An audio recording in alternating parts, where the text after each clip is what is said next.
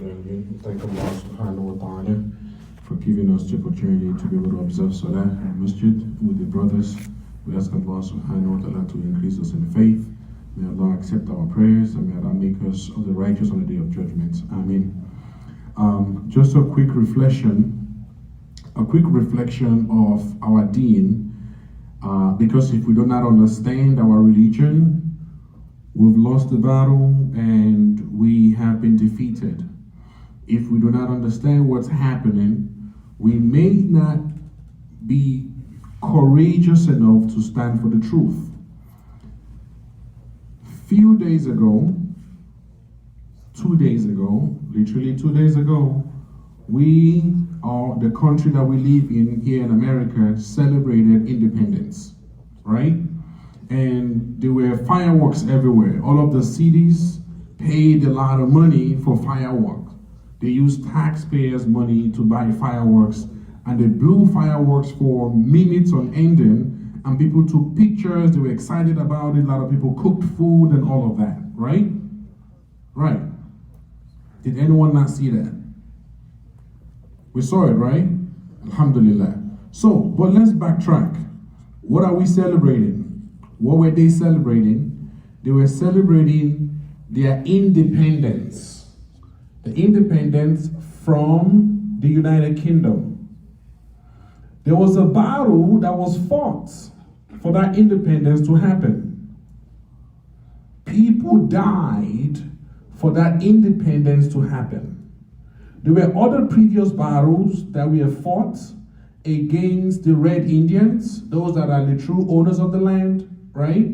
But with this specific one, the battle was fought, a lot of people died. A lot of people died before America became recognized as a free country.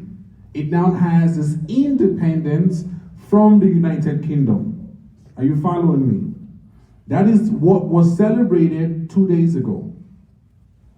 But what about Islam? What about Islam? Because people like to throw the fake news out there that Islam was spread by the sword, which is a fat lie. Which is a fat lie. So let's go into the Quran and understand our own tradition as Muslim. Surah Al-Fatih gives us how Islam gained its independence from the Mushrikun. Surah Al-Fatih gives us the account of that. Just a quick crash course on the surah. I'm not gonna, because of time, we cannot take a lot of talk about it, right?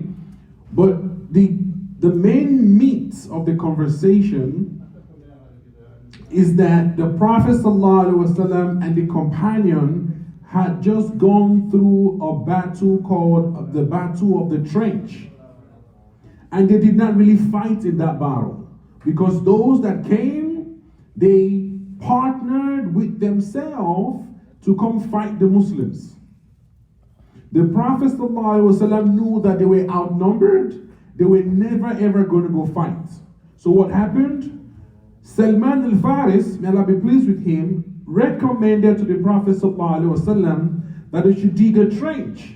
That in his country where he came from, if they're not able to fight their opponents, they'll put a barrier in place or they'll dig a trench. When they dug a trench, I'm not going to go into that story. They dug a trench.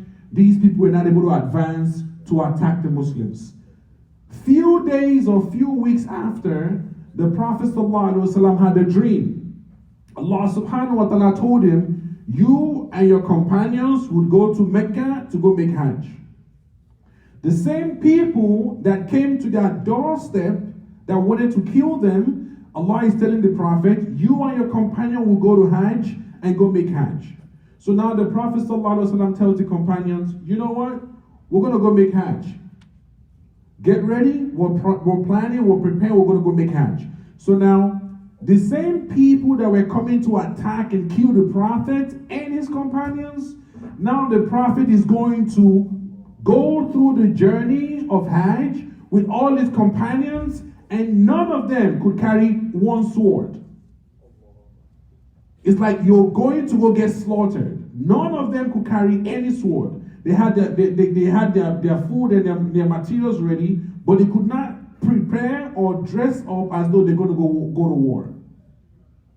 They got to one of the miqats. They got their ihram. They got ready to enter. But guess what?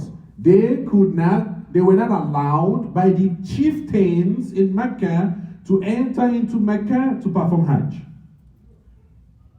Do you know how long they would have traveled from Medina to Mecca?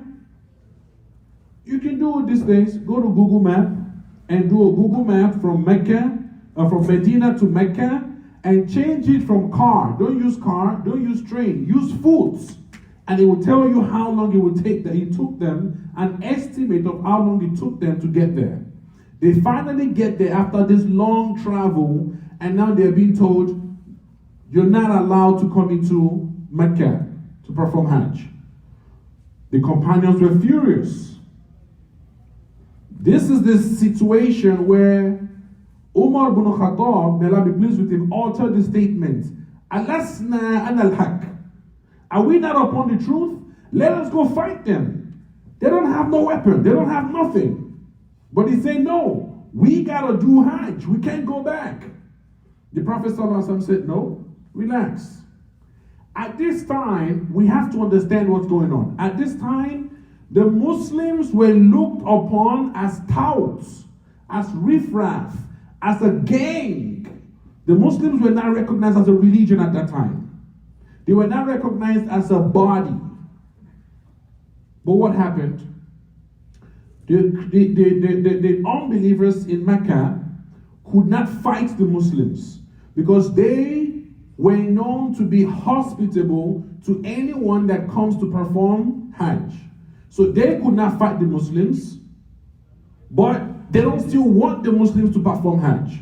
So they said, you know what? We're going to have an agreement with you. We're going to have an agreement with you. You're not going to perform Hajj. You're not going to perform this Hajj. But we're not going to fight between ourselves for 10 years. And we're not going to stop trading. If Muslims were trading towards Mecca or the Mushrikun were trading towards Medina, there's not going to be any fights. Right? They all agreed. They put this in writing. They put it in writing. The cousin of the Prophet ﷺ, Ali, was furious because he wrote it. He wrote the treaty. And they said, we don't agree that you're a prophet. Write Muhammad bin Abdullah. Ali said, I'm not going to do that. I want to write Muhammad Rasulullah. They said, no, we don't believe you're Rasulullah. There are many things that they refuse. And the Prophet keeps saying, don't worry. Do it. Do it. What happened in that scene? The Mushrikun, they won that battle. They won the battle by not fighting. But we, the Muslim, we won the war. Because now, because they signed that agreement and that treaty, they recognize Prophet Muhammad sallallahu alaihi wasallam and the Ummah as a body. We got our independence without having to fight. We got our independence without shedding blood. We got our independence as Muslims to be able to freely preach and walk around, to be proud to say we are Muslims without having to kill anybody. Who should celebrate more? Those that killed people to get their independence? Or we that we took all the wrong conditions that they gave us just so we can perform Hajj the following year? We didn't kill anybody. And we got our independence as Muslims.